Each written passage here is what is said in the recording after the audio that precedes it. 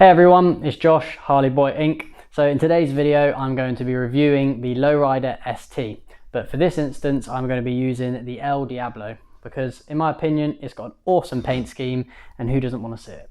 So to start off with this video, some of you may have already seen my 3-part episodes of me and my partner Beth, who we went traveling across Europe. We've done about 5,000 kilometers just under. And I took with me the Lowrider ST that Harley UK kindly gave me. On that one, it was the Gunship Grey, which for me was a personal favourite, but seeing as Sykes have been kindly enough to lend me the El Diablo, I thought you get to look at this one instead. So to start with, this bike is hand painted. There is only 1,500 of these that have been created across the world, and like I mentioned, hand painted is just incredible. The fact that all of these bikes in a line will look almost identical, but yet they are still unique to themselves. The different shades of red are just absolutely popping with the little accents of gold. It's just such a nice finish. Favorite part, the fact that the Harley has this awesome devil horns and tail. It just completes the look to make the El Diablo look as devilish as possible. So the only thing that my bike was missing on the trip was the Rockford speaker setup.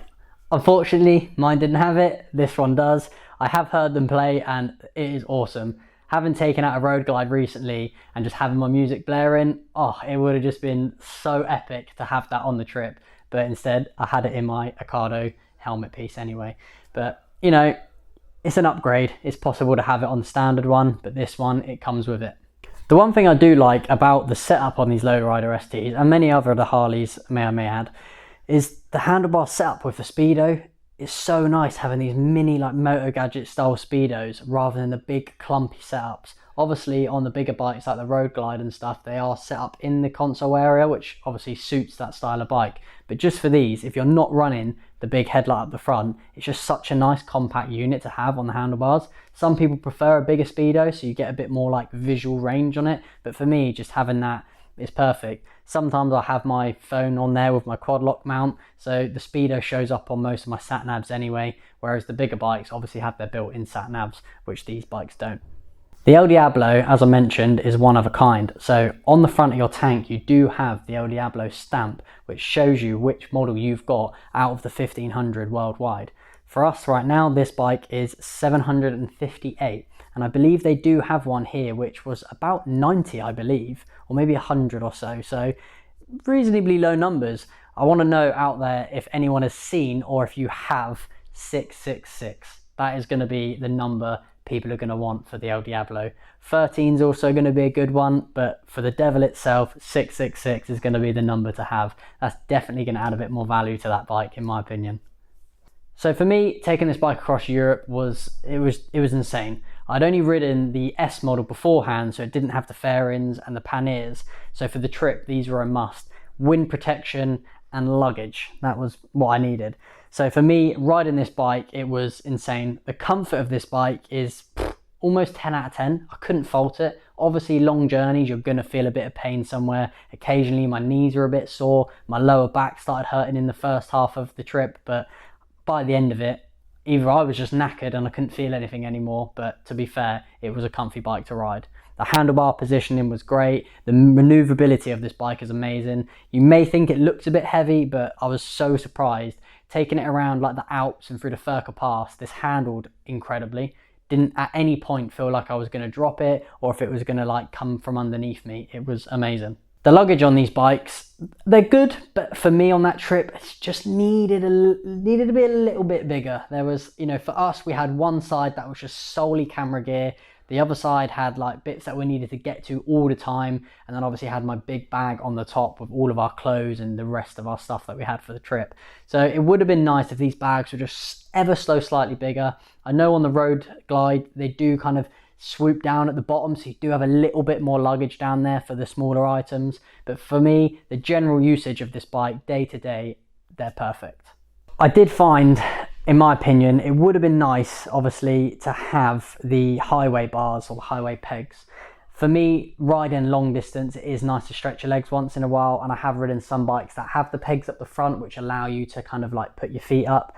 However, for me, even when I was trying to rest my leg in places, I did actually rest it up here at one point, is the air filter it does stick out quite a lot. So, you know, depending on if you're taller or if you're shorter, that may be a bit of an issue with leg placement. But for me, I made do. It was pretty sweet. See, most Harleys as stock don't sound amazing, don't get me wrong, but I was pleasantly surprised that it wasn't terrible. You know, a new aftermarket pipe, sweet as. But for me, riding this around where we were in Europe, it's still got a lot of attention, a lot of heads turned. What more can you want from a Harley? My favourite part, I've got to say, on these Harleys is cruise control. Riding this bike for long periods of time, I think some days we were doing anywhere between sort of 6 hours, and some days we even pushed it to about 10 hours worth of riding in one day. Cruise control. Absolutely in love with cruise control. Jumping off of this bike to my other Harley, I'm thinking, hang on, where is everything? This bike just is so compact and it's just so easy to use. But for me, cruise control was the pinnacle of that trip. Being able to just flick that on, let go of the handlebars and just not have to worry. Obviously paying attention, riding safe is number one, but you know, paramount to that, it was just such a nice way to like take the stress off my arms, especially when I had like rucksack on for the first half. It's just nice to know that you've got that ability to let go of one hand, hold on to the other throttle. Do you know what I mean? It's just so much more sweeter, and I want it on every bike I ever have now. So to round that up, the Lowrider ST is up there in my favourite bikes that I've ridden. Obviously, I've only done one big trip on this bike, so over the next like however many years I continue to do this, I will try out as many bikes as possible on bigger trips. But as a general bike, I just can't fault it. It is honestly tops everything. The comfort, the riding, the maneuverability, like how light it actually is for such a big bike. That's always quite a daunting thing for some people. Even for me, like there are, like the Road Glide that I rode recently, just before I even got on it, I thought, this is going to be heavy. And it obviously is a lot heavier than this, but once you start moving and you get that out of your head, you're gravy. So I've got to say, this bike is 10 out of 10 for what it is. And especially with the El Diablo, this paintwork is just, I don't know, just leaves me speechless. It's an awesome icon, limited edition. So if you're local to Sykes, you're more than welcome to come down and check this out for yourself, because like everything, seeing things on the phones, seeing things on a camera, it's never the same with seeing it with your own eyes. So I recommend you come down and check this bike out. So I hope you enjoyed this brief video of the Lowrider ST featuring the Icon Edition El Diablo. As always, like, subscribe, comment, hit the bell, all that jazz. Let me know in the comment section below what other bikes you want me to review or what content you want to see me make.